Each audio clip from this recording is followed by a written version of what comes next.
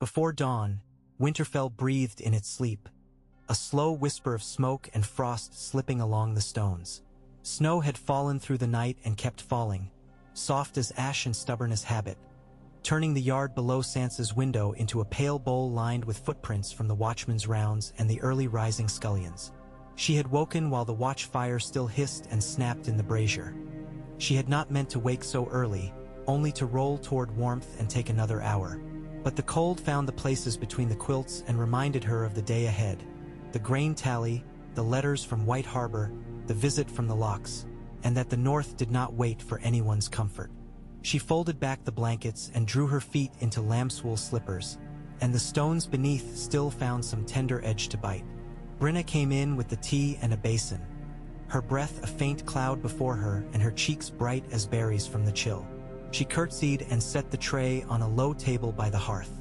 "It's near to full dark still, milady," she said out of habit, which in Winterfell could be true at any hour. "He has the library fire going." Sansa did not need to ask which he. "Thank you." Her voice came out as a curl of steam. "Did you warm the combs?" "Yes, milady." Brenna laid them on the mantel a moment while she shook out the morning gown. A sober wool the gray of early winter and trimmed with a practical strip of white fur at the cuff. Practical had become its own sort of finery here, a language spoken best when the wind trimmed everything to bone. Brenna worked quickly but without haste, helping Sansa into the gown, lacing it in that gentle firm way that made breathing feel like order rather than restriction. The warmed combs eased through Sansa's hair, and Brenna's hands were steady, her touch so sure it allowed thought to drift free. Sansa let it drift, not far.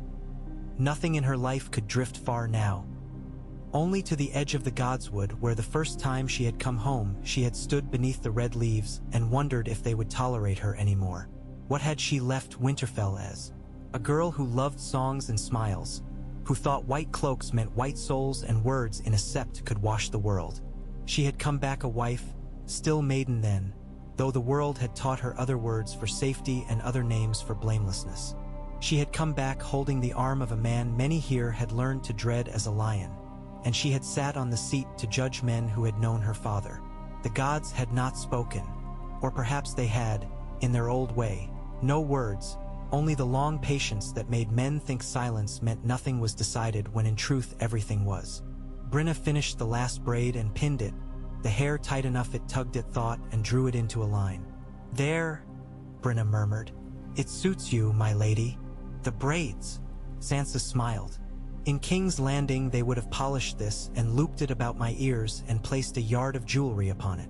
"King's Landing does many foolish things," Brenna said, and then blushed at her own boldness.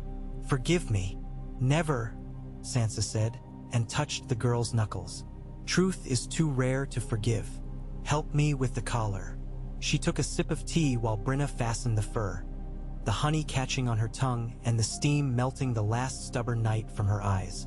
Outside the narrow window, a boy in a fox fur cap hurried across the yard with a load of kindling and vanished into the kitchen door, leaving a brief dark arc in the falling whiteness. The yard's quiet made the keeps seem larger than they were. Sansa liked that, the illusion of largeness that did not rely on power but on some old temperament of stone. "Shall I call for breakfast here?" Brenna asked as Sansa drew on her gloves. "I'll take it with him," Sansa said. "If he's kept the library fire going at this hour, it's either because a page gripped him by the throat in the night or because he's feeling charitable toward the ledgers. In either case, we should keep him company." Brenna's smile was quick. "He sent for bread and mulled wine to be sent there, and a stool, the little carved one." "He sent for the stool himself? That is a sign." Sansa took up the ring of household keys from the table where she had left them last night, their weight a familiar anchor. "Send for Maester Ronald in an hour. We'll meet in the solar after the watches change." "Yes, milady." Sansa paused in the doorway. "Brenna, my lady, wear more wool under your gown. I don't want you catching something and passing it to every other maid in the keep." Brenna bobbed, a bit exasperated and a bit pleased. "Yes, milady." The passage smelled of oaken smoke and cold stone. Tapers guttered in iron brackets.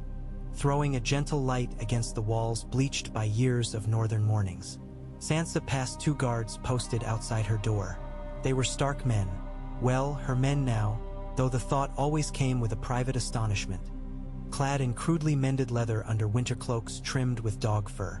She nodded to them and they thumped the hafts of their spears, their eyes following but neither staring nor flinching. That, she had learned in her first weeks back, was the North's kindness. Neither staring nor flinching. Judgment, when it came, was not in the eyes but in the long memory. She stepped into the quiet of the corridor, felt drafts find the tender skin at her nape, and climbed the steps to the old library. The door had been repaired in 4 places. The hinges sang faintly when she pushed. The room beyond was a square of warmth set within the larger cold. The great hearth along the far wall gave out a tempered heat and a smell of damp wood. The light kept to itself, refusing to bother the alcoves where worn volumes slumped together like old men telling themselves the same stories again. He had made a habit of rearranging, always with the notion that the next configuration would tame the collection into something it had never been. Sansa was not convinced the stacks noticed or cared, but she liked to watch him try. Tyrion sat at the long table with a ledger open and his hands wrapped around a cup. He had already shed his gloves and the heavy black cloak he favored in the yard. The cloak now hung from his chair like discarded night, and his vest and sleeves absorbed the light from the fire. The small stool Brenna had mentioned elevated him by enough that his elbows sat in a comfortable line with the table. Beside his cup lay a slice of buttered bread and a knife with a nick in the blade. He was not alone. 3 clay lamps, a clay jug, 2 quills, a square of blotting linen, a bowl of nutshells with the shells crushed flat into little winter moons, and a small wooden horse with a missing foreleg. He glanced up when Sansa entered and lifted his cup in a manner that was greeting and apology and a small salute to the survival of mornings. "Forgive me," he said. "I am already in the company of nuts." "Only your own," Sansa said, unbuttoning her gloves. "The walnuts didn't ask to be implicated in your habits." He grinned, that particular foxy curve that made his whole face rearrange itself into candor. He had trimmed his beard close for winter, so snow wouldn't cling to it. The new lines suited him, sharpening cheek and jaw until his features resembled a map drawn with a sure hand. He never asked if she preferred the beard one way or another. He did not ask her preference on much that could be made to seem playful.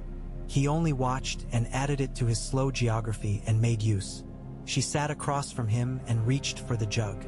The wine inside was mulled until it tasted almost like tart cherries, the spice warming her mouth even before the heat reached her fingers. "Your lamps are weeping," she said. Tiny steady tears of oil had gathered where their rims chipped. "They're only jealous you enter and they cannot follow," he said. "That's what Ronald says about the ravens, too. They leave a mess when their letters misplease." He glanced down to the ledger again and moved a pebble along the line of figures. He liked pebbles and understood them, and used them when he mistrusted ink. "The storehouses speak to me in numbers unpleasant to hear before breakfast. Your kitchen must have fed half the yard last night." He looked up with the quickness of a habit trained on danger. "Which they should. It's not complaint. It's the arithmetic of hunger lies." "She made a stew with the salted goat," Sansa said.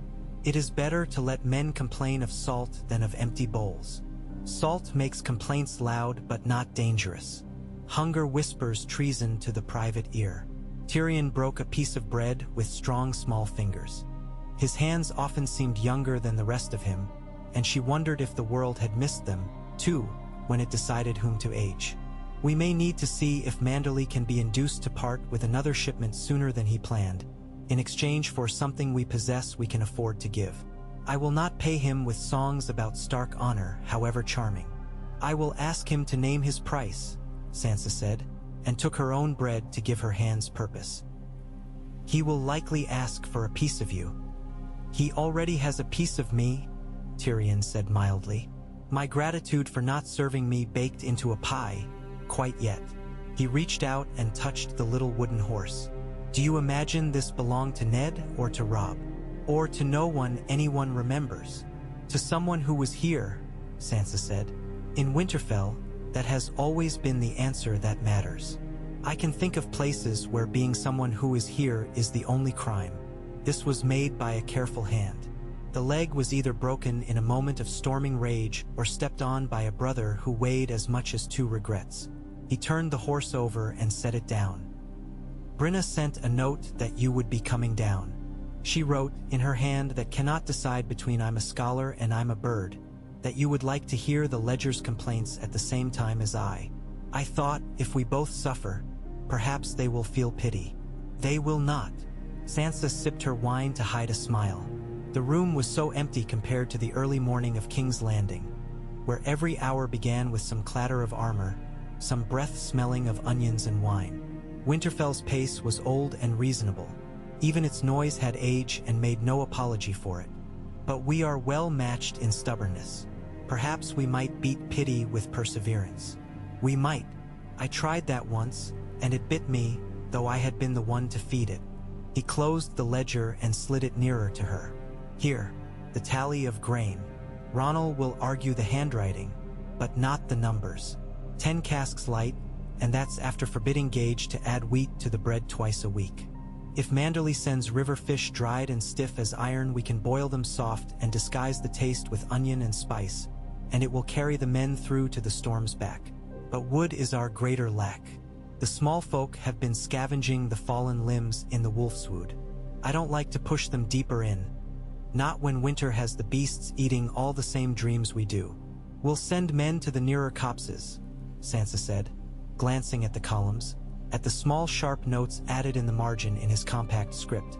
Carefully, Rafe Castle will know where the trees will not be missed. A thought showed itself, one she had meant to save until the solar and the comfort of having more minds about them. We should ask the Locks to sell us the small wood by their east field. They don't use it. It stands untended and thick.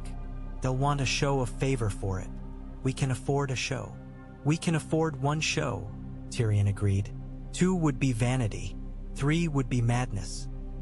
If you smile when you ask, they'll ask to be smiled at twice more, and then you will be bartering your dimples FO. Our firewood. I would prefer to reserve them for my sake. He leaned back, stretching, his spine making a faint sound that could have been a groan or a joke. Ravens arrived during the night. 1 from White Harbor, which is all sauce and no meat. 1 from Barrowton, dry as a bone, complaining that the road to Torrance Square is haunted by men who carry their skins over their shoulders. And a 3rd that stopped twice and left an opinion on the ledge outside the rookery before consenting to the last leg of its journey, where it bothered to bear a letter from the Vale. Littlefinger's men, or a man who thinks himself his cousin. The Vale.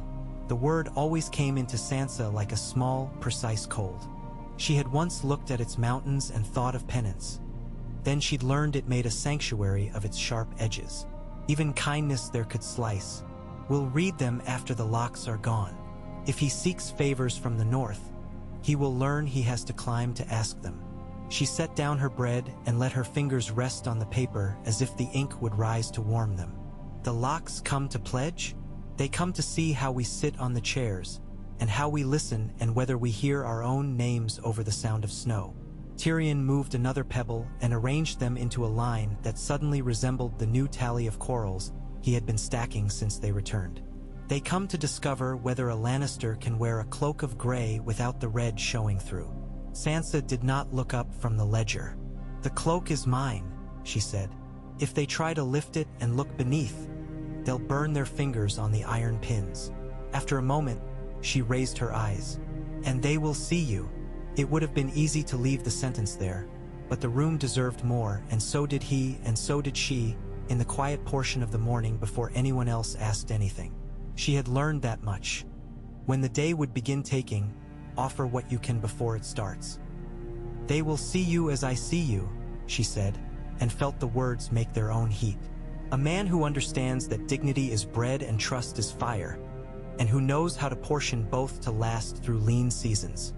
He made a face that could be called a wince if one were cruel or a smile if one were kind.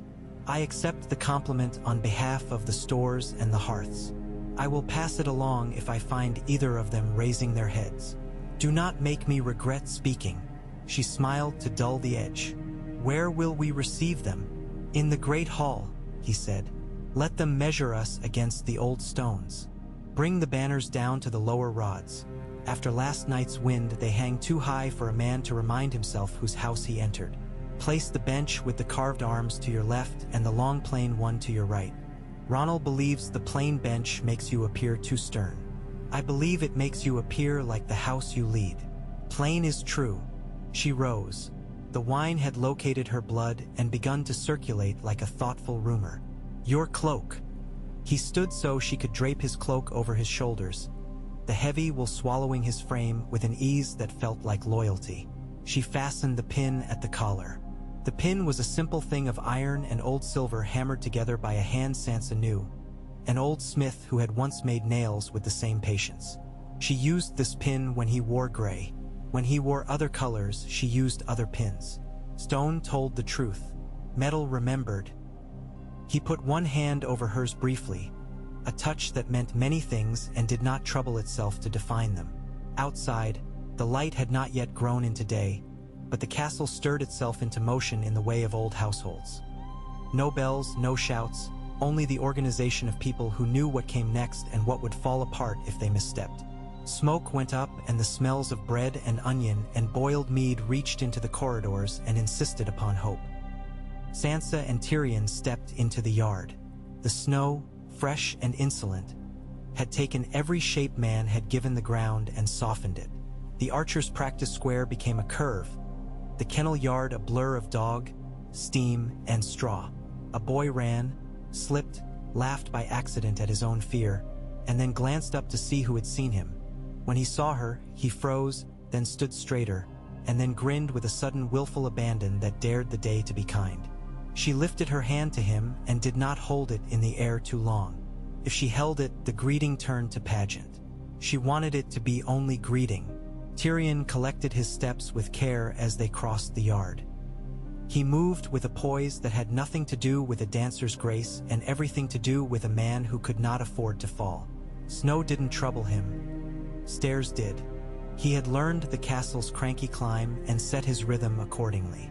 In the great hall, the servants had laid fresh rushes the color of dried river grass. Fire glowed in the two hearths along the long walls, slowly taming the draft that prowled the floor. Winterfell's hall had never been a place of luxury.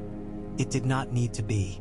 The splendor lay in endurance, the high seat, and she had only dared to call it that again in her own head 3 months ago, after a night of bad dreaming that left her with salt on her face and cold as a second skin.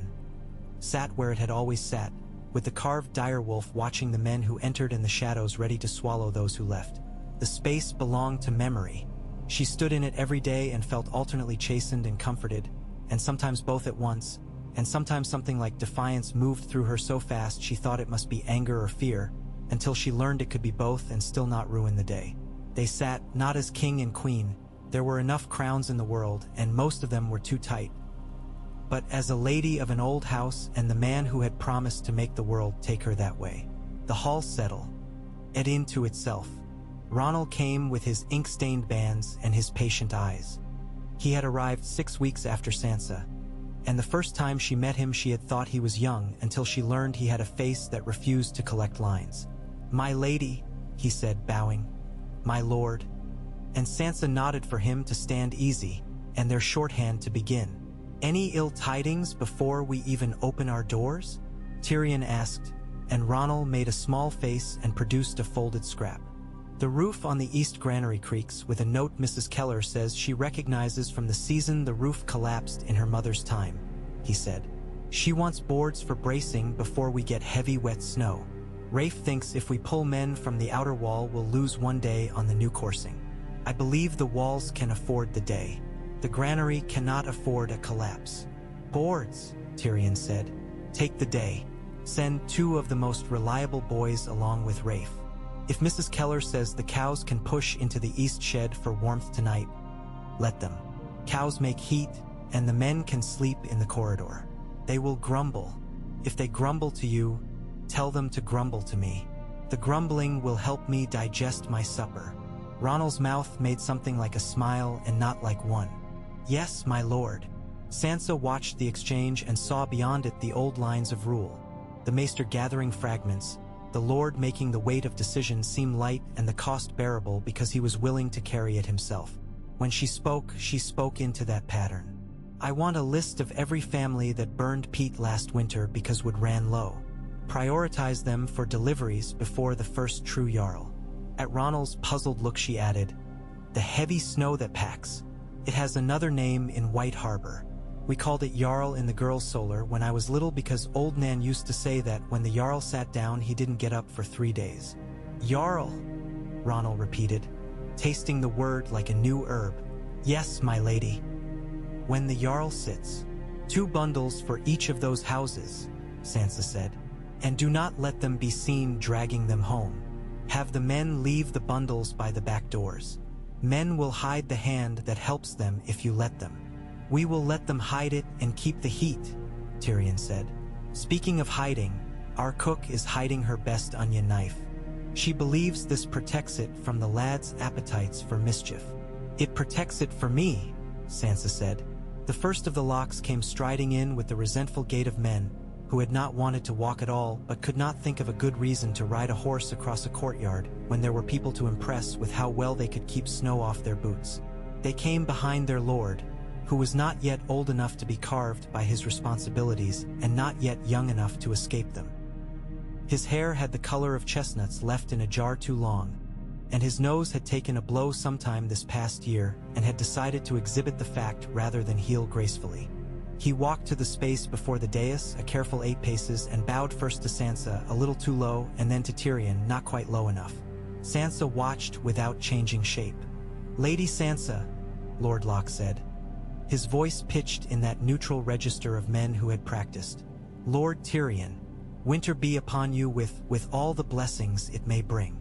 May it also find you with your cellars sealed and your children fat, Tyrion said lightly. It has found me with my people restless, Lord Locke said, accepting the line of humor and stepping off it wrong-footed. They are ready to give again, my lady. They will give to you. They have questions of him. He inclined his head toward Tyrion, and in someone else that gesture might have been contempt. In Lord Locke, Sansa read mostly clumsiness. Then let them ask me, Tyrion said, and he spread his hands as if to show he had not hidden any answers in his sleeves. Answers prefer to be let out. Let them ask me, Sansa said a heartbeat later, and the look she gave Lord Locke made him realize his misstep. He stands with me. If you tire your questions on him and leave me with the silence left over, I will not be pleased. The hall held itself. The sound of a small log collapsing into ember at the near hearth seemed loud enough to be counted as a voice. Lord Locke bowed, properly now, equal measure for each of them. As you say, my lady. They began then with the proper phrases. How fares the road to the south? How fares the road to the east? And the counselors danced too old to embarrass anyone because it had always been done this way for good reasons and bad ones. Sansa kept her hands still and her face gentle and let Tyrion speak the numbers when numbers were needed. When it turned to meat, she sent men to open the kitchens and let the Locks be fed. Men who ate could sometimes be persuaded to listen before their bellies had taught them they were empty. They brought up the smallwood by the east field when the meal was nearly done and the jokes had been made at the expense of life and weather both. We have no use for it, Lord Locke said. None in this season or any. The men will take it as no loss to us if you cut it. They will take it as a kindness to them if you pay. If I pay, Tyrion repeated, smiling a little. If, Sansa said, and watched Lord Locke's eyes go to her mouth like a man trying to catch a dropped coin. If your men choose to consider it a kindness to be paid for something they do not want, let them do so. I will call it by its right name, which is exchange. I will exchange a thing they do not use for a thing their neighbor needs. I will pay in grain during fat weeks and not during lean ones. I will send the first cart tomorrow. We will begin cutting the moment you nod. We will not hunt there. We will not cut beyond the low wall that stands crumbling at the second bend in the stream. If any man of yours cuts beyond that wall, he whyes me in work here repairing the granary roof. If any man of mine cuts beyond it, he pays you in work repairing your east field wall. Lord Locke blinked. It had been many seasons since anyone had spoken to him this plainly about arrangements no one in his father's time would have thought to make loudly. The North, for all its old pride, had always made its real bargains in the quiet. But Sansa had learned something else far south, something she had brought home that was not poison. That people who meant to do right by their house could say so out loud and teach their men to expect it. He nodded. "Done," he said. "We will send men with axes that have not tasted blood," Tyrion said lightly, and Sansa's gaze told him the joke was not necessary. He let it fall between his feet and slide away. "Rafe will go. He will parcel the work smartly." When the Locks finished eating the kitchen's oatcakes, Gage's daughter had sweetened them with a scrape of quinsy honey, and the men ate them as if sweetness could change thinking. Lord Locke stood again and asked for a private word. Sansa gestured, and he followed her to the small antechamber halfway to the yard, a room with a window that could not make up its mind whether to let in air or hold it out. Tyrion came as well. He did not ask permission. He did not need it. This was his house and hers, and they could not do this part of living with separate mouths.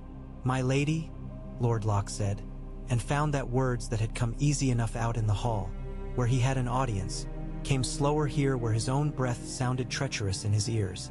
"I make no secret of my feeling. Your lord husband bears a name that made itself a wolf-eater in my father's time. My men do not forget. They might forgive if you ask it of them out of loyalty, out of seeing your father in your face. But they do not forget. If they forgot," Sansa said quietly, "I would wonder who they belong to." Lord Locke's shoulders eased a fraction. He had made an honest complaint and had not been punished for it. Then they can watch," Tyrion said, stepping in as if he had been asked. He looked very carefully at a spot on the wall just beyond Lord Locke's left shoulder. "They can watch me dole out wood and not take any for myself before the furthest house in the line receives theirs. They can watch me send men to a roof and not men to an altar. They can watch me wear a color and not demand they call it my house rather than theirs. They will find that the name I carry makes a shape inside my mouth and not inside my hands. Those I give to your lady. The rest I use to sign the orders that keep your people from losing all their toes." The young lord's head bowed despite himself. Something in the little man's tone wove respect into the thread of his skepticism. "I have daughters," Lord Locke said abruptly. In that way men sometimes out of nowhere remembered their cores. "I am glad for their sake to see. I never thought to see it in my life. A man stand by a woman and not make it sound like a favor he grants or a joke he tells. If you do what you say, my men will see it. We are cruel, the North, to liars. We are good to those who keep their word." "I have tried both," Tyrion said. "The second is less tiring." Lord Locke, to his own surprise, laughed. When they were gone and the hall was given over to sweeping and ironing out the wrinkles that men always left behind, Sansa took herself to the Godswood. She told no one she needed an hour there. She had already learned that if she confessed it plainly, thoughtful people would invent tasks to save her the trouble of making time, and then the Godswood would become another chore. This way, she left a sentence unfinished when Ronald reminded her of the letter from the Vale, and he nodded slowly and said, "We will attend to it before the evening meal," and her leaving was accomplished in the course of the castle's own turning. The Godswood was as she had found it the day she came back, and as it had been since long before she was born, which meant it was more complicated than memory allowed. The pool had a skin of clear ice at its edge where the water hesitated before slipping under. The weirwood, with its face carved by hands older than any in the yard, shed its red leaves like a slow bleeding onto the snow. The color looked like risk. She stood where her father had stood and listened because she had nothing better to offer than the willingness to do that. The carved face did not alter for her. The cold did not care who she was. Her breath made its own shapes and vanished at the same speed as for any other woman. "I was a fool," she said softly, and then smiled at herself, because she had learned to reserve that confession for times when it would be useful. "And I am still a fool, only less so." The oak bench at the edge of the pool had been mended twice since her return. Once by a boy who cut the new plank too long, and once by a man who shaved it to fit and then left his mark in a small spiral at the edge where no one would see it unless they were looking for proof that secret pride exists. Sansa stood and then sat, and then stood again because sitting in the gods would made her feel like a child in a place where children learn to keep still, and she preferred not to impersonate what she could not yet be. "I am not my mother," she said, as if the tree were a witness who had a right to hear it. "I am not my father either. I am something they made and something I made to survive. Whoever that is, it will have to be enough." Footsteps moved in the snow behind her. She had not heard them at first, but the shape of the sound was familiar. A man who did not need to shorten his stride out of courtesy, for courtesy was built into his stride. Tyrion came up beside her, not quite close enough for their sleeves to touch, and looked toward the pool with his chin sunk into his collar. He did not put on reverence. He had learned early that the Tach did not reward that particular acting. "Do they say we may cut the lock smallwood?" he asked. "Or will they require a pig in exchange for every tree?"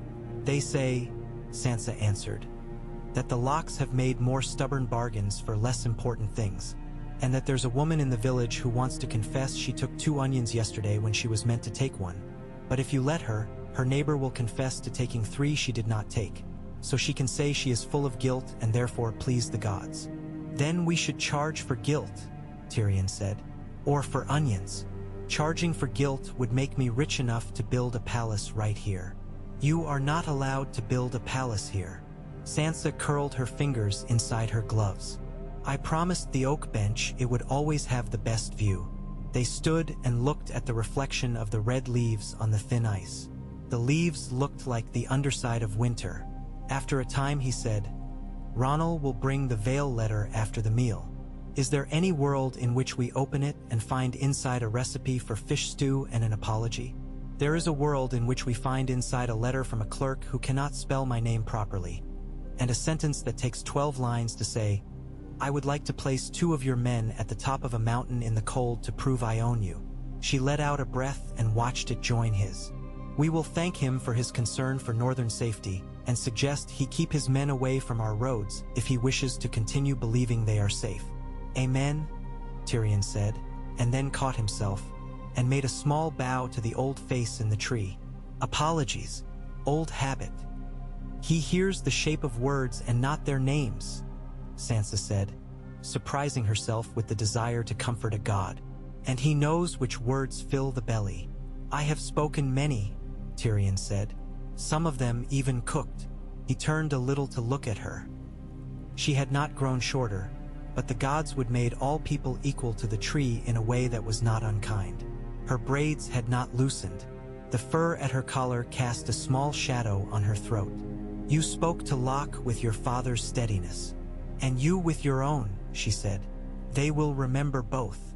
That is the way to educate a country, slow and unwilling as it is." The wind moved through and lifted a few red leaves and then thought better of it and let them fall where they were.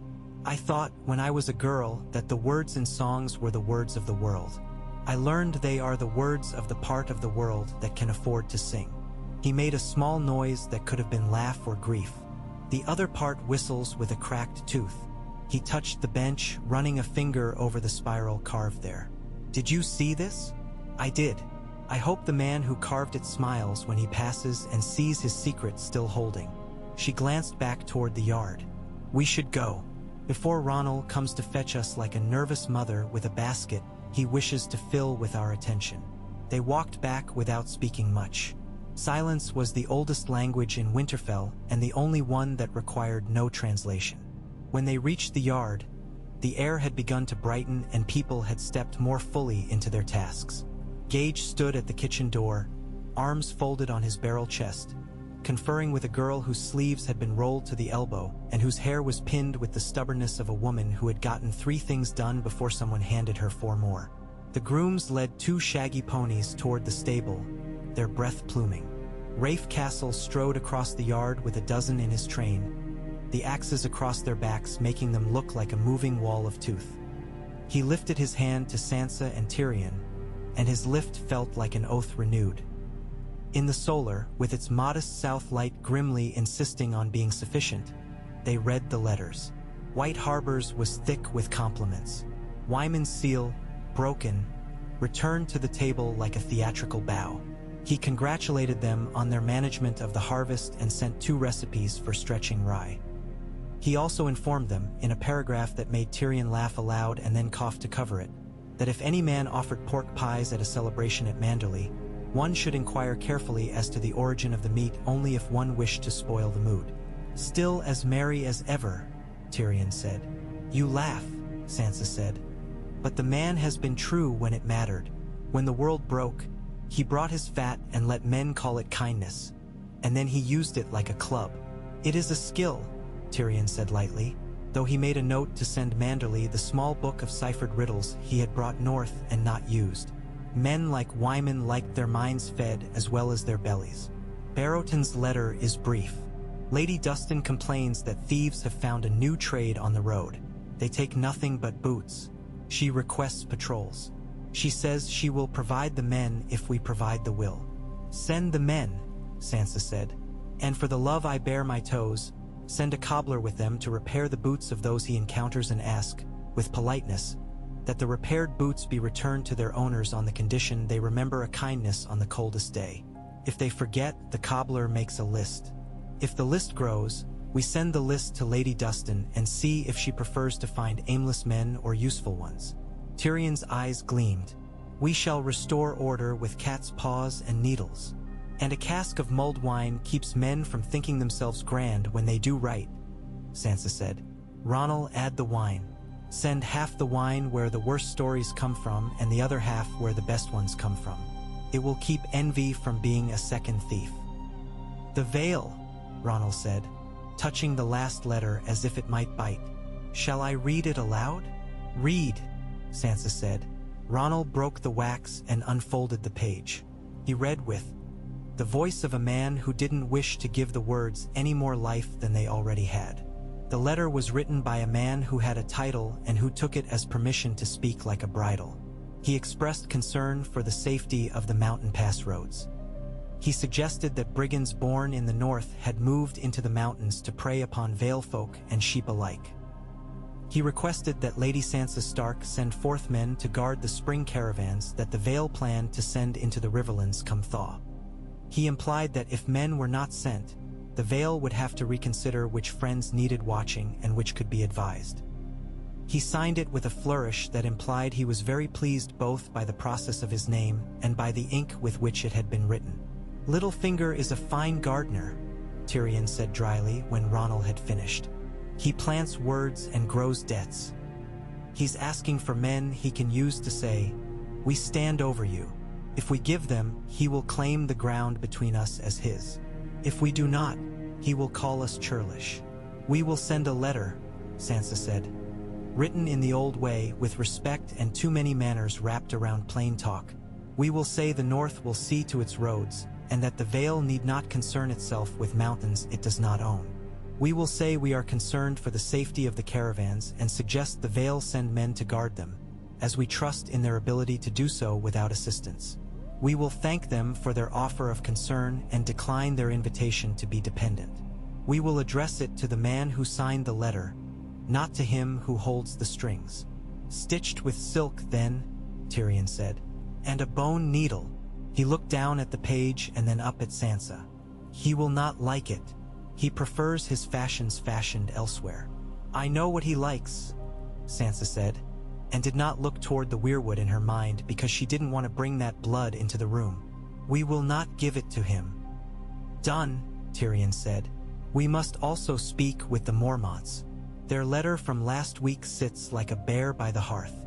We will send men to Bear Island with our thanks for the preserves and a promise of salt cod, if Manderley proves willing to be generous." "We will make him willing," Tyrion said, and slipped the Vale's letter into the stack for reply, as if he were slipping a card back into the deck while watching the dealer's eyes. The rest of the day unfolded in those increments governance demands. 15 minutes to a widow's grievance about a man who had snared her hens and claimed they were wild. 10 to a stable boy who had sold a bridle and replaced it with gossip and sorrow.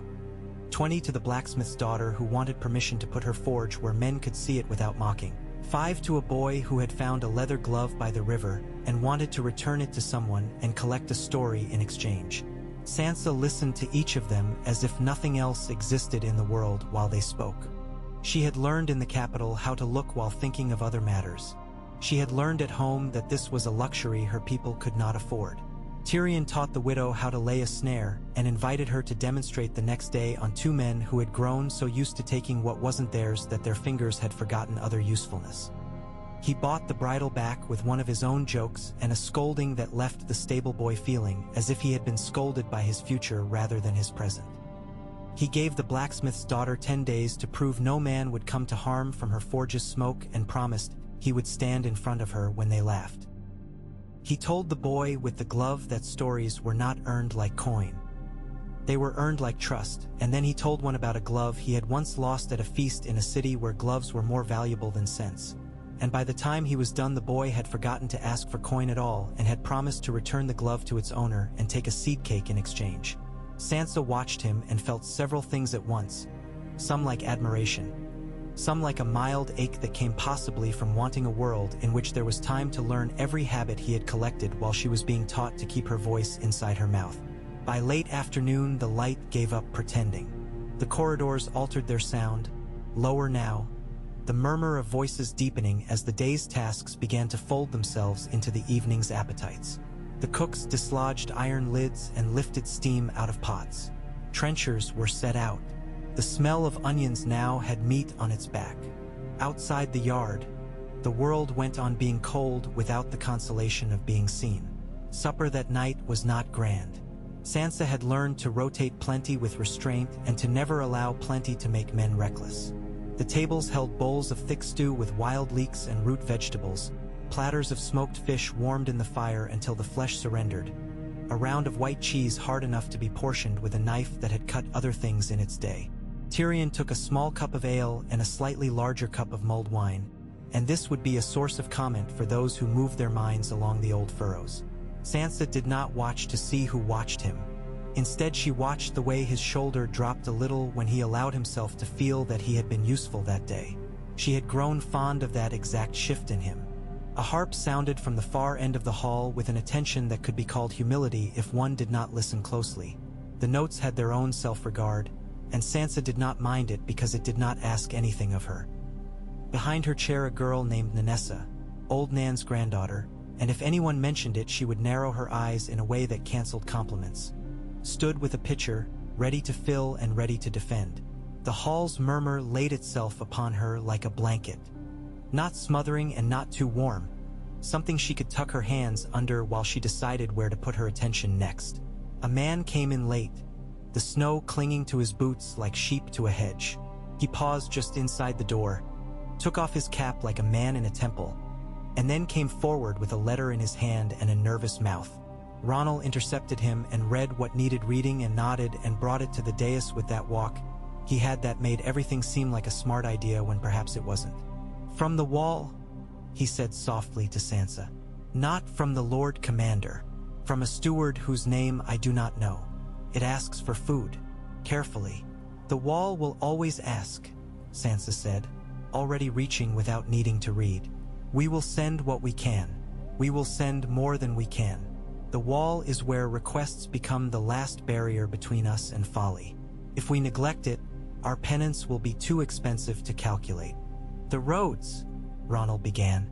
"We will send it by river through White Harbor. Manderley will package it like a gift he cannot afford to part with. He will part with it because he would prefer to owe us the sort of debt that tastes like pride." Sansa looked to Tyrion, and he inclined his head in agreement. "I will write to Manderley tonight," he said. "We will send a letter with it that can be read aloud to tired men and not make them hate us for using too many words." He looked toward the door and the snow that framed it like a thought. "How goes the day that someone else must cease a hunger because we could not?" "Quiet," Sansa said, and then corrected herself, because honesty sat better in her mouth when she said it quickly. "No, not quiet. Winter has a noise. It is always working." He raised his cup slightly. "To work that does not end us." They ate and they drank and they spoke to men who needed to be spoken to, and later, when the hall had grown a little drunk and also softer with the tiredness men called contentment when it did not require them to admit they were exhausted, Sansa and Tyrion withdrew. The winding stair tested Tyrion's legs. and he took it with the stubborn dignity of a man who refused to use the help of two strong arms even when they offered it. In the corridor outside their solar, the candles threw doubtful light on the old tapestries.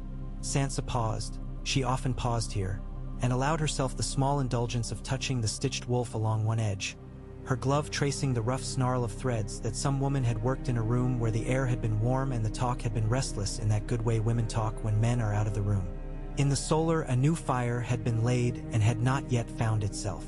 Tyrion went to it and adjusted the logs, and Sansa went to the desk and found the letter from the wall again, as if it might have altered its text while they ate. It had not. Tyrion poured wine. He set a cup beside her and kept the other for himself. "Tomorrow," he said, "we will send Rafe to oversee the small wood cutting. I will visit the granary roof, if only to let the men complain about my advice and then take it. You like telling them what to do only when they think they came up with it themselves," Sansa said, "which is a rare gift. I have not yet learned the trick. You have learned it better than you think." He stood with his back to the fire, a shadow up to his knees. "You taught Lord Locke to call his bargain by its right name and left him pleased to have been taught. Tonight he will tell his wife the tale in a way that makes him look clever. That's the best outcome. Let the men who love us think themselves wise. The men who hate us will be clever on our behalf whether they intend to or not." "Who hates us?" Sansa asked. It was not a naive question.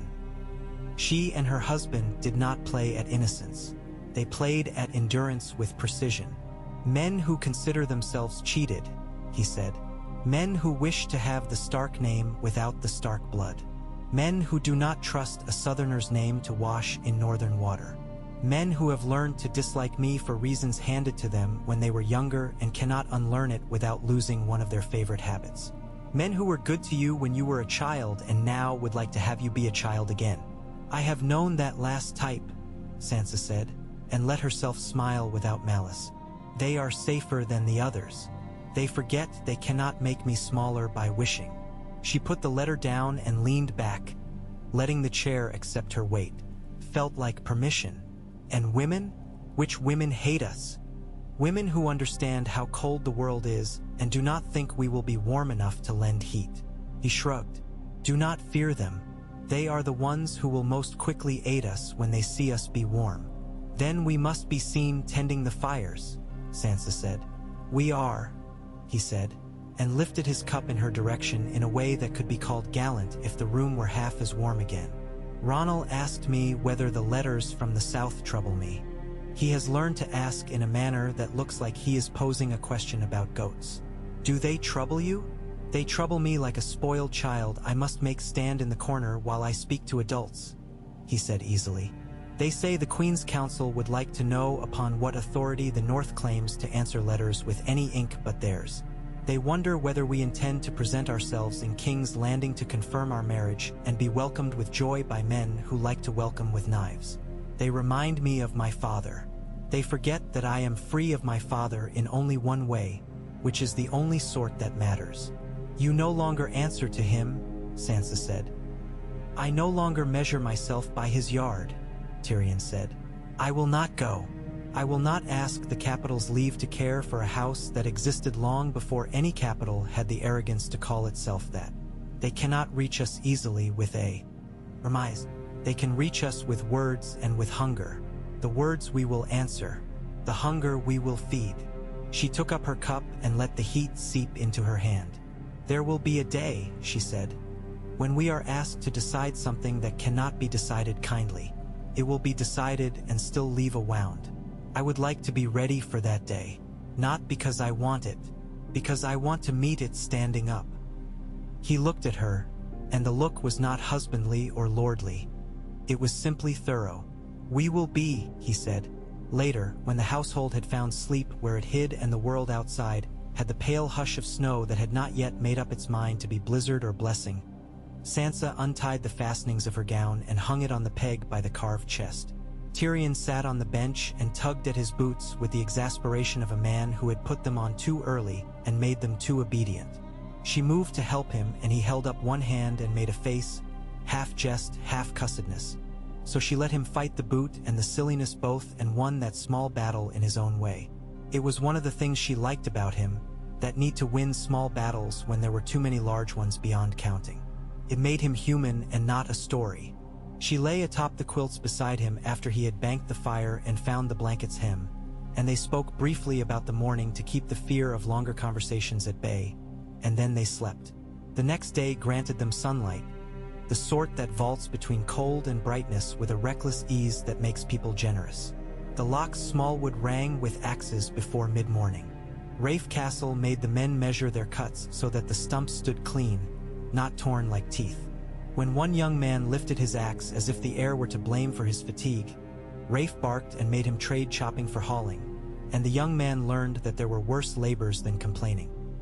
Sansa stood at the edge of the cutting with her cloak thrown back enough that the men could see her face and call it to mind later when they spoke over their midday bread. She did not speak at all. Her presence spoke the sentences that would have sounded too proud out of Tyrion or too obvious out of Rafe. She stood as long as she could that morning and then left before her feet went numb. She had learned when to leave a scene so that it remained something the men wished to tell again and not something they wished to forget. Tyrion went to the granary roof with Mrs. Keller, who carried nails in a bucket as if they were biscuits, and he a boy who might take two when he was meant to take one. He took the scolding and loved it because being spoken to like a child in a place where he had authority taught the men watching two important lessons. First, that Mrs. Keller could scold anyone she pleased. Second, that he was a man who wished to be taught, which is rarer than courage. He ran his hands along the beam that worried the old woman, and when he discovered she was right, he said so twice, once to her and once to the men, and Ronald later wrote a note that began, "Today the granary kept its roof above it," and that was the sort of line worth preserving among the ledger's numbers. By noon the sun had decided it would do its best and then abandon them. Sansa ate a slice of barley bread and a sliver of cheese at her desk, the crumbs collecting along the edges of a list Ronald had made of families with peat stoves. She had begun to circle the names of those who would receive wood before Jarl came when a boy appeared in the doorway with a look that promised he had been told to be polite and had interpreted that as "do not move your face at all." She waved him in. He held out a small bundle wrapped in a wool kerchief that had been mended in 4 places by the same careful hand and 2 more by a different one whose stitches did not mind looking like scars. "For my lady," he said without trembling, and then remembered the second half. "From the woman who took 2 onions." Sansa took the bundle and unwrapped it. Inside lay a small loaf of oat bread, its crust shiny with what little fat could be spared for it, and a sprig of dried rosemary whose scent sighed out as if relieved to be released. Underneath the bread a folded scrap. She opened it. The letters were large and uneven. They read, "I have a son who speaks loud at night. I put my hand on his head and say it will not be so long. I do not think this is true, but it helps us sleep. Thank you for making me a liar." Sansa touched the words with her finger and thought of how many people in this house had learned to make their letters for her. She looked up at the boy and asked, "What is your name?" "Jaren," he said, and then colored a little as if the sound of his own voice embarrassed him. "Jaren," she said, "will you carry my thanks back to your mother? Tell her the deed was told and the onion number was balanced by the work she did in telling it. Tell her that if her son wakes in the night, she may bring him to the kitchen and say Sansa sent him, and Mrs. Gage will put his hands around a warm cup and teach him to think differently about darkness." The boy nodded and left with the careful walk of a messenger who understood that duties could be heavy even when they were only gratitude. When Jarl came 3 days later, when the sky sat down on the castle and refused to get up and the snow laid itself against doors and the hinges all at once forgot how to endure, Winterfell was ready. Not perfectly. Nothing in this life deserved that word except endurance in the face of the impossible.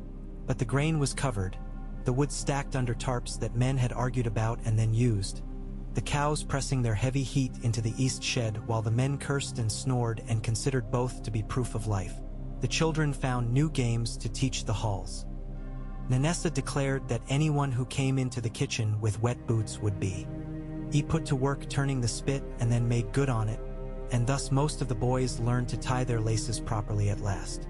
The walls bore the snow like a patient animal bearing a child on its back. Sansa walked the corridors with her cloak taken tight under her chin and watched for leaks and watched for whispers. Tyrion sat in the library with his pebbles and his quills and his jokes, and when jokes would not serve he told the truth and people liked him for it or they didn't, and either way they did what needed doing, proving that liking is sometimes less important than agreement and honor. On the second day of Jarl, when even the dogs neglected to bark because it was too exhausting to criticize a storm that would not listen, a messenger came. He did not come in the ordinary way, which is to say tired and hoping for food. He came with a face that had seen more than snow that day and with a horse whose eyes had learned too quickly. Rafe Castle took the man in hand, and he spoke at last, and then Rafe brought him to the solar where Sansa and Tyrion sat with their cups and their careful handkerchiefs because winter has a way of reminding people that noses exist. "My lady," the messenger said, bowing as if his knees stung. "My lord, I bring word from the Dreadfort, or what has been the Dreadfort until now." Sansa felt a set of gears inside her begin to move, slow and precise, as if she were a machine and someone had found the crank. Tyrion set his cup down without looking at it. "Speak," Sansa said. "The banners were taken down in the night," the messenger said. "A fire in the inner ward. Not great, not ruin. A man wearing no sigil was seen flying a raven. He did not try overlong to hide. Another man left on foot with something he would not let anyone see.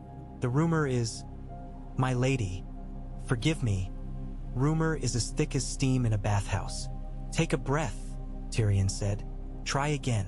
Start with what you saw, then move to what you heard.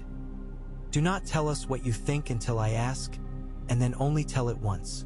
The man breathed. He began again. What he saw was a raven launched at night and a letter carried under a cloak. What he heard was that the last of the Boltons had left or had died, or had taken his name and gone to the south where names can be traded. That men in flayed-skin cloaks had been seen along the river and then not seen again. That a woman had been put out and had fetched fire to put to something that might have been a bed or might have been a man's pride. That a man who had once been a close friend of a cruel boy now spoke in whispers to anyone who would have him and that no one would. That the wolves were nearer. That the river's sound had changed its pitch, which old men always believed meant a body had gone into it. Sansa listened until the herb of truth began to preserve the meat of rumor. When the man had said all he could say, she sent him to the kitchen, to Nynessa's territory and to the warm scolding he deserved. Alone with Tyrion and Ronal and the fire, she turned the gears again. "If the banners are down," she said, "someone plans to replace them. If the fire was not ruin, someone wishes to say they could have made ruin and chose not to.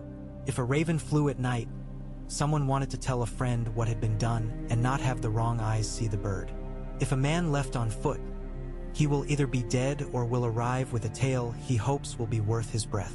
"Who would you put money on?" Tyrion asked Ronal, who had a mind that always knew where he had left his purse. "Not on a Bolton," Ronal said, surprising himself. "On a man who knows which way the wind is blowing, but not far. A neighbor who wishes to be the one to tell us news, as if he brought it into being by telling it."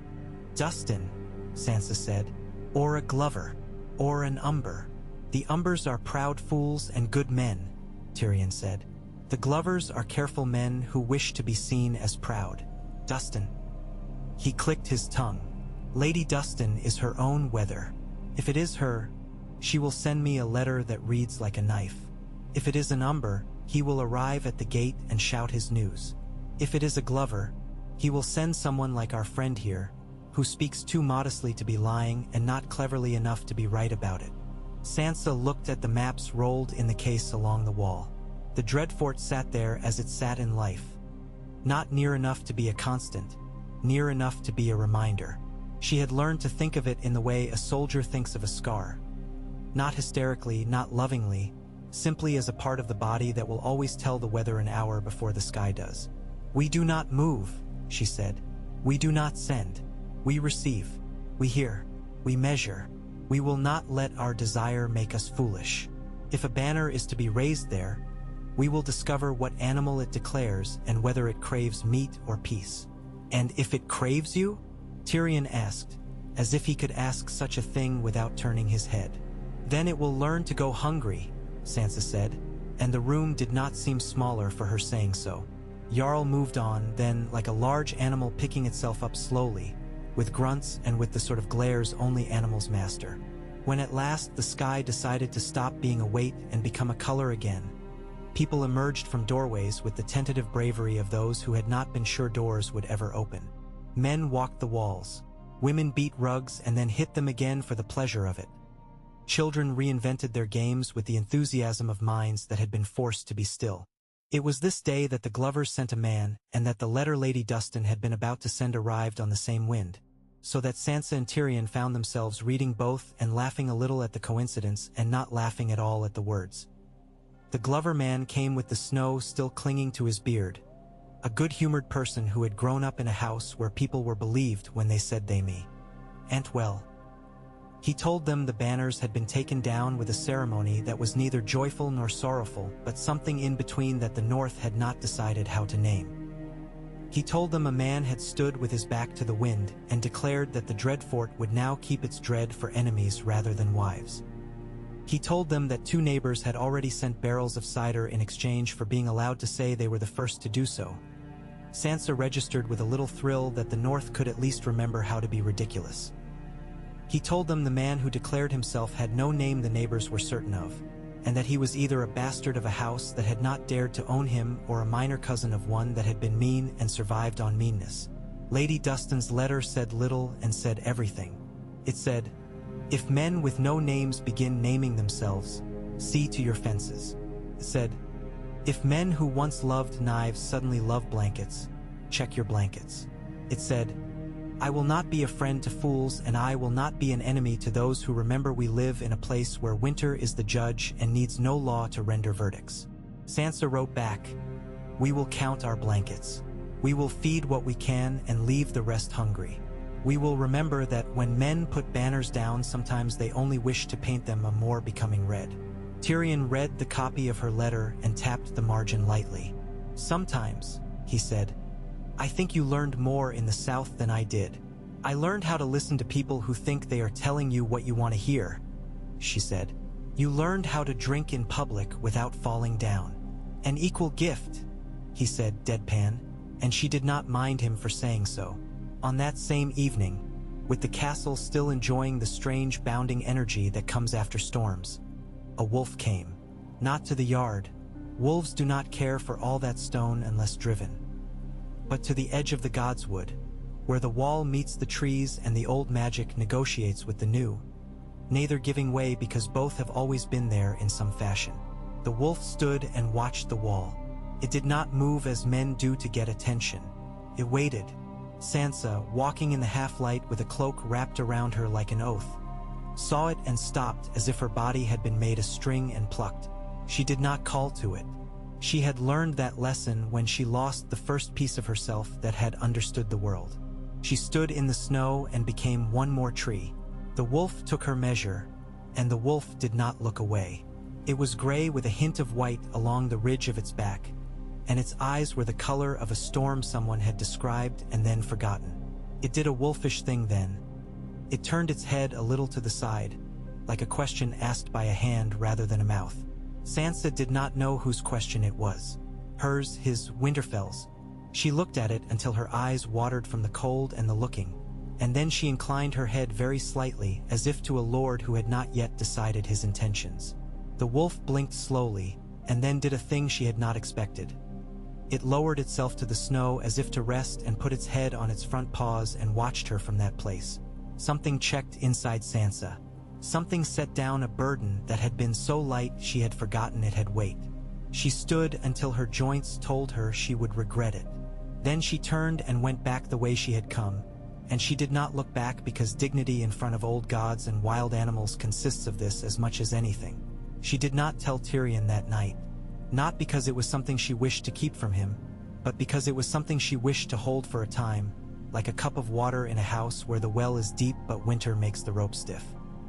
The next morning, White Harbor's reply on the matter of the wall arrived and allowed Tyrion the satisfaction of outmaneuvering Wyman Manderly by inviting him to be generous in front of an audience of men he respected. The note also contained a carefully phrased complaint that certain vessels had been seen along the coast flying flags no one had learned to respect properly yet. The ships had not come close. They had behaved like men in a hall who circle the table and make certain the wine is worth staying for. Tyrion made notes. Sansa examined her own fear and found it a familiar one, that the world beyond Winterfell could reach into Winterfell as easily as a letter flung into a hall. They agreed to send a man to the wall with the first cards, a man who could speak without making the men hate him and count without making them think they were being cheated. Rafe insisted on going. Sansa refused and then accepted and then made the cost of that acceptance what it had to be, which was that Rafe would take 2 boys who would come back knowing something about roads and duty that no other schooling could teach. "If they do not come back," Tyrion said quietly later, when they had left the particulars behind, "we will pay the debt with years." "We will pay it anyway," Sansa said. "One day at a time." At night, when the wind worked itself up into a mind of its own and banged its shutters and made grandmotherly noises about how foolish people were to be alive at all, they lay side by side and did not touch because that night they did not need to. Other nights, when the wind gave up and the quiet made shapes that were too much like old grief, they reached across that distance and closed it, gently, with something that was not an answer but which made answers possible again in the morning. The Locks sent their thanks for the men's skill at cutting. They included in their thanks a request to borrow Ronald's ledger of seed stores from 5 winters ago, which Sansa interpreted as the kind of humiliation that makes people good. She sent it with a note. "Return it when you are done pretending you needed it. Then W.E. will talk of what you learned by saying you did." She had learned how to rebuke in a way that turned into an invitation. Pleased her to use it. Weeks turned. Men forgot the exact date because winter sinks days into itself like fence posts into drifts. The gods would collected red leaves and grew new ones and shed them, because trees hold their own calendars and refuse to set them to human hours. The wolf at the edge of the trees came again and again. Sansa began to expect him, without daring to teach herself the sort of hope that makes the world cruel. Once, when she stood watching, the wolf lifted his head and made a low sound that did not carry. She did not make a human sound in answer. She put her hand to the cold stone of the wall and let the cold pass into her skin. It was after Jarl had become merely winter with all its ordinary indecency and loveliness that the first true trouble made its face obvious. It started with a letter delivered by a man who did not meet Sansa's eyes because he thought if he did she would see he'd already decided what he wished her to say. The letter came from a man who called himself the keeper of a holdfast once under Bolton's care. He informed them that a party of men had entered his hall with their skins intact and their blades clean, and left with both facts altered. He did not ask for help. He declared he would handle it. He also declared that in handling it, he might undo things Sansa and Tyrion had been stitching together with such patience. "Men love declaring they can handle things," Tyrion said. "It makes them feel clean before they get dirty." "We will go," Sansa said, and the will in her voice clarified the air. Tyrion did not argue with the going. He argued with the manner. He did not wish to take too many men from the castle. He did not wish to take too few and invite insult. He did not wish to ride in a way that made the journey an announcement and did not wish to go like a thief in the night. In the end, his solution made Sansa smile because it was so precisely him.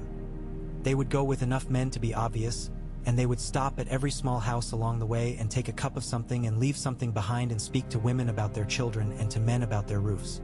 In that way, they would make their journey north a court that moved with them, and by the time they arrived at the holdfast, everyone would have decided that Winterfell had learned to walk. The road out of Winterfell felt different leaving than it did coming home. Sansa had learned not to trust the part of her that romanticized distance. She had been far away and had seen how far away can be only a different kind of cage.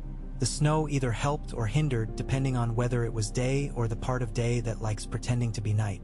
They passed 3 groups of men building a wall of brush to turn the wind. Sansa stopped at each and thanked them the way one does not thank men for heroism but for common sense. And the men straightened and looked as if they had just been given a much better name to call their work. At the second house, a woman in a dress mended to glory presented them with 2 scarves she had knitted with the pride of someone who had turned the smallest abundance into monument.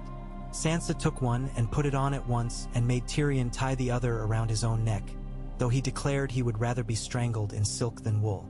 The woman laughed at him and then took the scarf back, beat it against the doorpost, and tied it again herself until it lay correctly, and then he could not remove it without insult. So he wore it and then forgot about it and then remembered and smiled to himself as if he had secretly been given a relic. They reached the holdfast at dusk of the second day. It was small and built of stone that had not been properly indebted to anyone. The man who met them at the gate had hair like cornsilk and a look that said he had taught himself how to be captain and had not entirely learned it. He bowed to Sansa and nodded to Tyrion, and Sansa saw and heard that second part and placed it in the ledger in her head where the marks all went not for condemnation but for accounting. "Tell us," she said, without ceremony. He told them. Men had come under no flag. They had made jokes about skinned men and then had stopped joking and made other men skin in their minds. They had taken 2 sheep and a handful of courage out of the boy who stood watch at the inner gate and then had left with their laughter trailing like a banner that said, "We can come when we like." The man in charge had let them go because he did not think he could keep men alive and still act as if the holdfast's pride were intact. And then he had sent the letter because men who fail like to tell the story before others tell it for them. Tyrion asked the man to show them where the men had stood and where they had passed. Sansa asked the man to bring the boy who had been frightened. The boy came. He had the look of someone who had cried and been ashamed of it and then cried again. Sansa did not ask him to repeat the tale. She asked what the men smelled like. He blinked at this and then said, "Grease, and the sort of grease not from pork, and a man whose boots had been dried badly by a fire and then put on again wet." It was a good answer.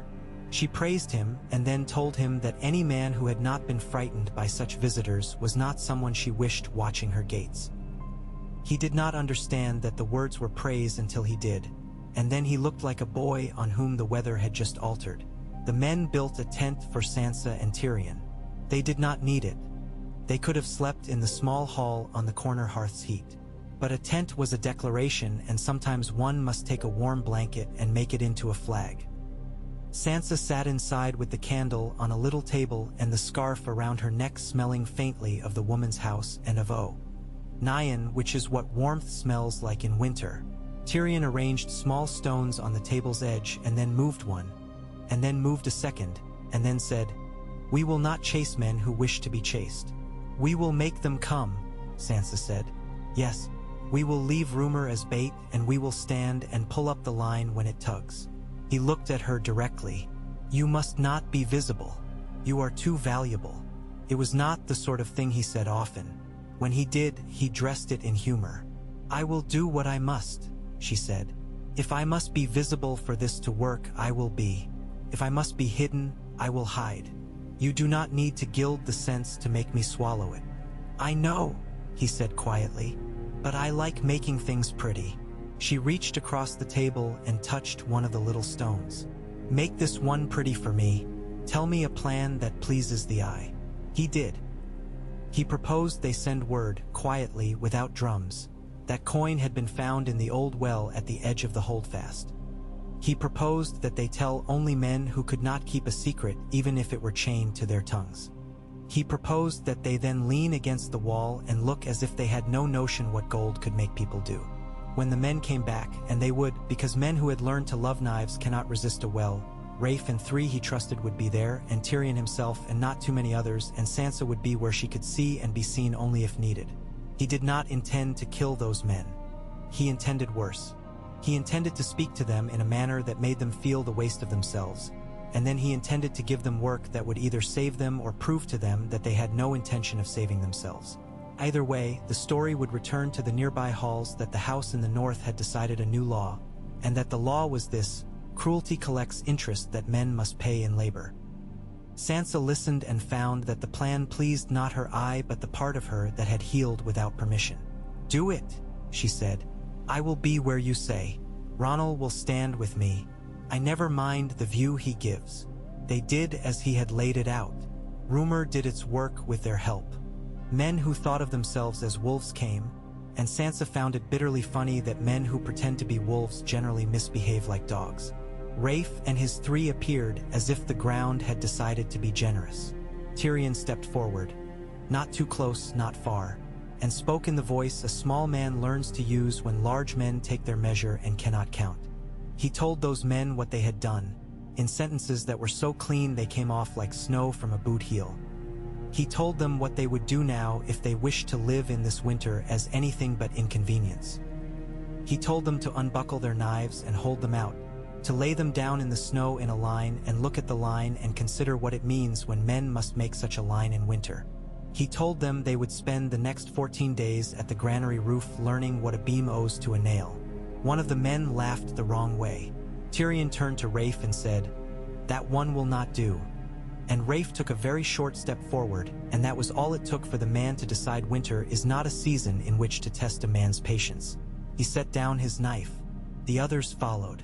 Sansa, who stood where Tyrion had told her to stand, watched the men's faces and watched something different in each. Shame, anger, calculation, a sort of relief that someone with a voice was telling them what to do at last, so they did not need to invent a usefulness for themselves. Later, when the tent was folded and the road home accepted their horses with the kindness of packed snow, Sansa looked at Tyrion and said, "There will be others." "Always," he said. "That's what men are, others. And we will be too," she said. "Others will speak of us, that we are something different than the last thing to sit in those chairs." "They already do," he said softly. "That boy at the holdfast will tell his son that the Lady of Winterfell told him fear was right and useful if it made him pay attention." He glanced at her. "He will leave out that your hair was pinned too tightly. He will remember your face. People always do." She did not say the other name in her head then, the one that sometimes came when someone told her she looked like her father. She did not say her mother's name. She tucked them both into the warm place inside, where in winter one keeps a few things that are neither useful nor necessary but are what make the rest of it bearable. The days pulled themselves into a long thread. On it, the beads of events were still rare, still far enough apart to be admired and to make a string that could hold. The Glovers sent salted venison in return for advice about winter roofs.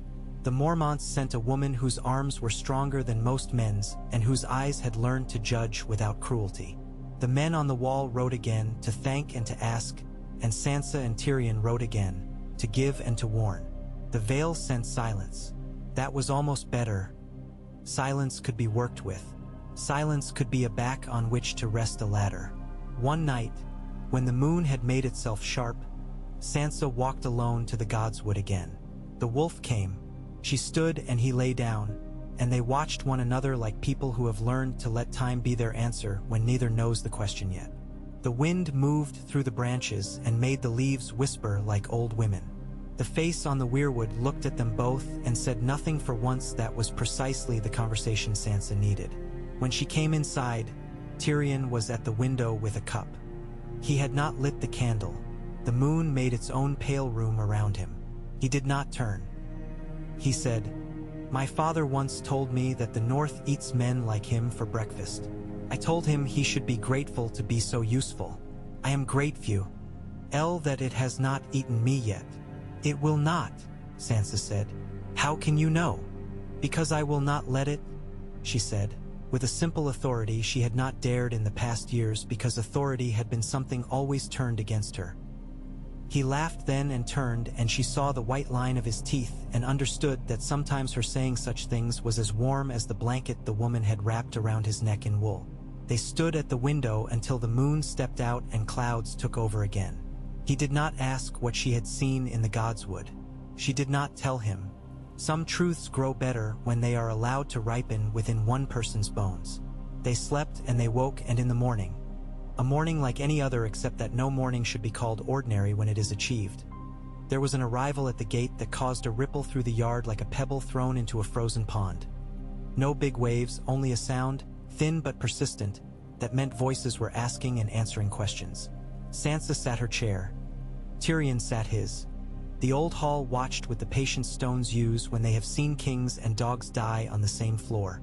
The visitor came forward, pushed a hood back that had been made for a smaller head than the one inside it, and stood. He was not a man who wore his name visible. He had the posture of a broken blade that had been mended by someone who believed in salvage. He looked at the seat where Sansa sat and did not exactly bow.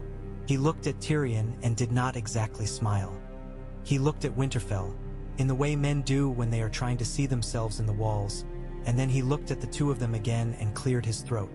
"My lady, my lord, I have come from the Dread Fort."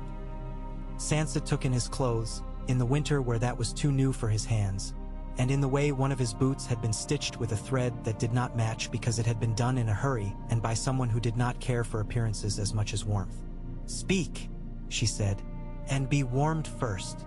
He spoke while he warmed, because men in winter learn to do two things at once if they intend to live.